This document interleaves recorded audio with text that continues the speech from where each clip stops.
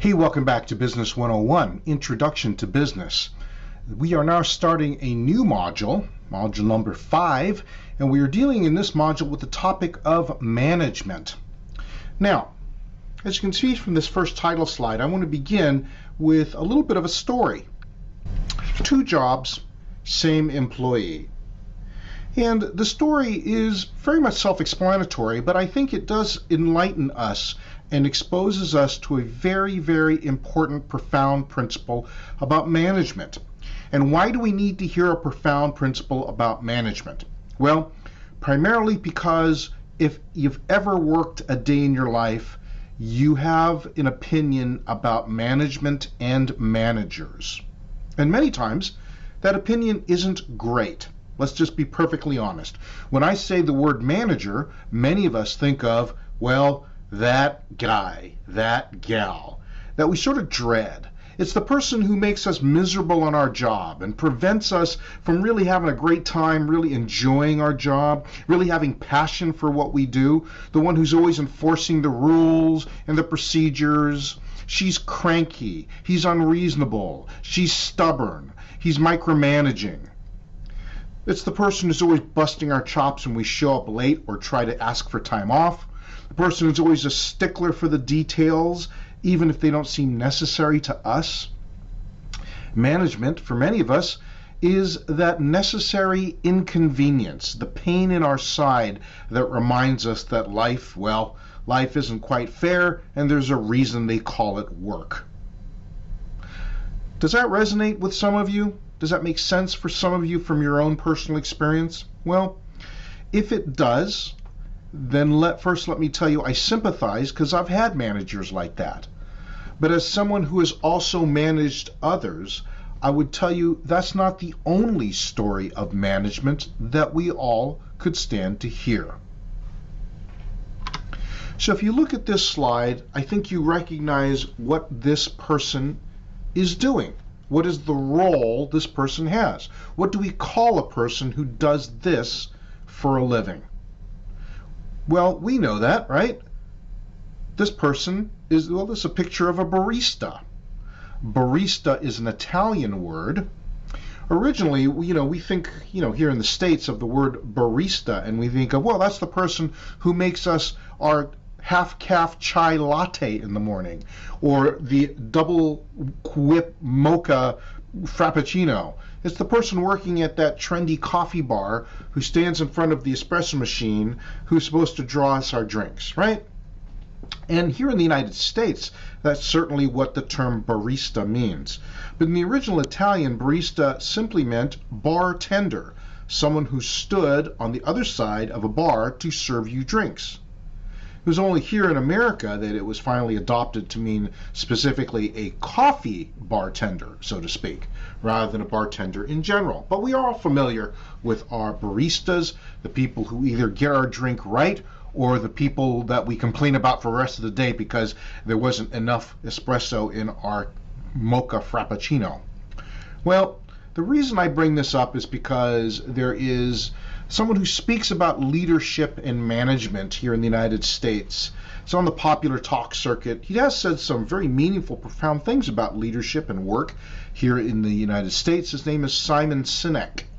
And Simon Sinek has a story about meeting a barista in his travels on the speaking tour, a barista named Noah, who tells him a very interesting story. You see, the thing about Noah the barista is that Noah is a barista working at 2 different hotels.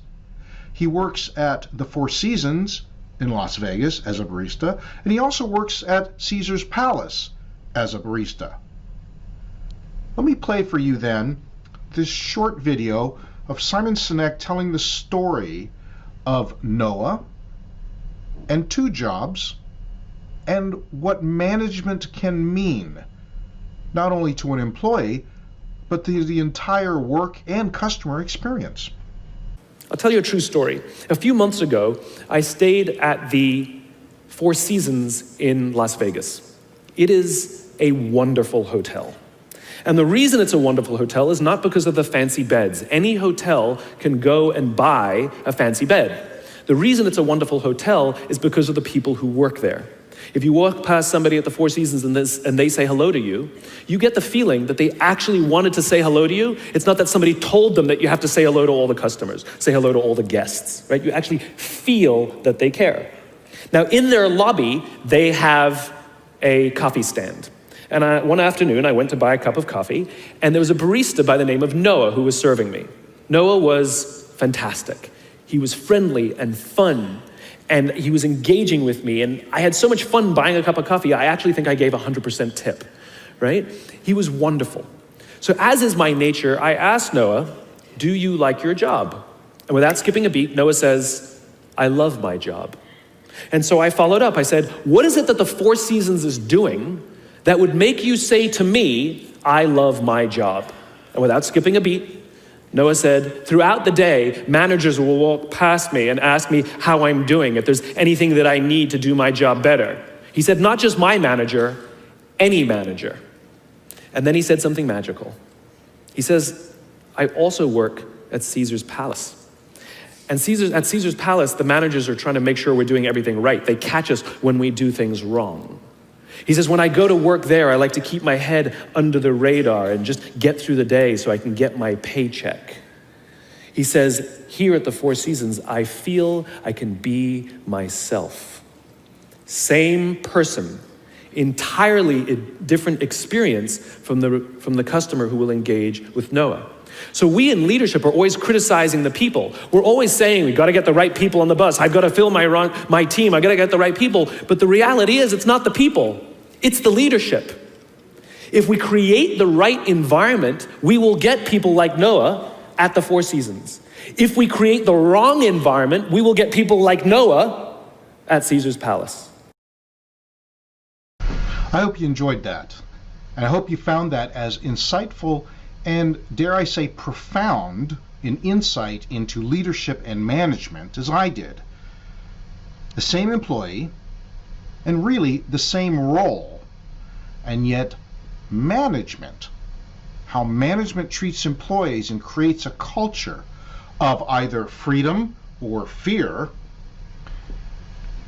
sets the whole tone for not only what the employee experiences on the job during the hours you work that job, but also the actual experience the customer will receive when he or she engages with the employee. You see, that's the promise of what great management can do and what great management can create. Now, let me share one more short story with you as we kick off this module about management. You see here on this slide a stock photo of a tour guide. And this is not the actual tour guide that my wife and I had, but he's representative. You see, a couple of years ago, my wife and I spent a week and a half in Costa Rica on vacation. And if you've never been to Costa Rica, and you have the means, I would highly encourage you to visit. It is a wonderful country. The people are warm. They love Americans, which is not always true, quite frankly. I've been to many places around the world where they're not so great on Americans. But Costa Ricans love Americans, and they're very friendly. They love nature, and they love to protect their nature and their animals. They're very cognizant of those things, much more so than here in the United States. They're much more compassionate as a people, it seems to me. And well, my wife and I decided to embark on one of these guided nature tours for a particular Saturday afternoon, and we met this tour guide. And this tour guide was just delightful. He really was. He was delightful, knowledgeable, shared tidbits about Costa Rican politics, their relationship with their northern neighbor Nicaragua, which currently has a pretty bad political situation going on, and so refugees are streaming into Costa Rica. There's a ton of stuff that he shared that was fascinating to me. And so, having heard that Simon Sinek video about Noah the barista, I asked our tour guide, do you like your job? And his reply, very similar to that video, was, I love my job. And so we kept talking about, his job, why he loved it. And you know what he said? I mean, you can't make this stuff up. He said, the reason I love my job here working at this resort is because management is always here to support me. and to make sure that I have everything I need to be myself and to do the best job possible on behalf of guests like you.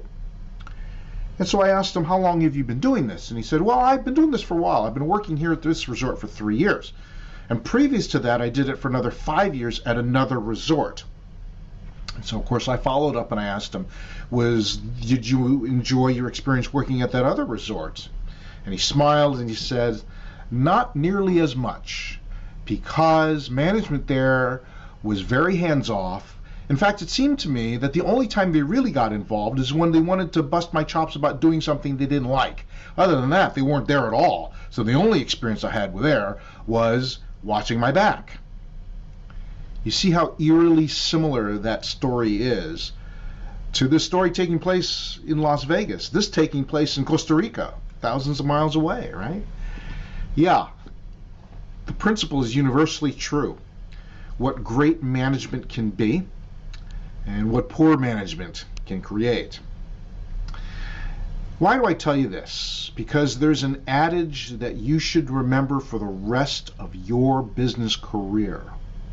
It's not in the textbook, but I kid you not, this is more true than anything you're going to read in a book. And here's the principle. People don't leave bad jobs.